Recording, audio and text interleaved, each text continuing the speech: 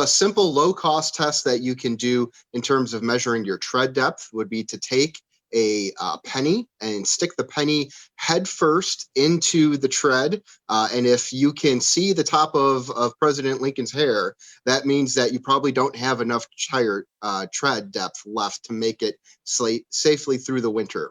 If you see that it's covered still, you're probably okay. It might still be a good idea, especially again if your tires are several years old, to have them checked by a professional to make sure that there's no rotting, or wear beyond the tread depth that could be a problem for you. And then the other low cost thing that you could do is just make sure that your tires are properly inflated. There's usually a sticker on the inside of your driver's side door, or check in your vehicle manual to see what the proper inflation is going to be for your vehicle. Yeah, I didn't know about that penny technique before. I thought that was a really interesting tip. So when the temperatures drop, your tires can become a little bit deflated. So it's a good idea to check the tire pressure if you see that the tires look low, or some of the newer vehicles have those tire pressure sensors. So sometimes those will go off, letting you know that your tire pressure needs to be checked. You might need to add a little bit of air.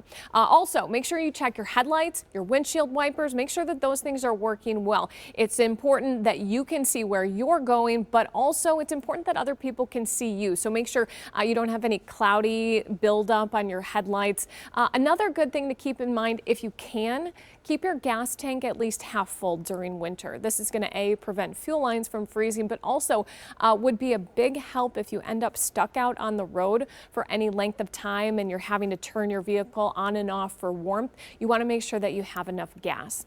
Also, if you have a four-wheel drive vehicle and maybe you don't use that function very often, now is a good time to brush up on how to use that. And remember that just because you have four-wheel drive doesn't mean you have four-wheel brakes. So you still have to take it easy out on the roads. Another thing to keep in mind about bridges and overpasses, make sure you slow down. Those can become slippery too. The important thing is to remember, we see a lot of incidents, especially during the first snowfall of the year, because people are rusty, or they've forgotten, or they're just impatient, and they, the important thing is to just remember to leave yourself a little more time when you're traveling in the winter, so that you can account for maybe a reduced speed. So you can account for potential traffic delays that you're going to run into.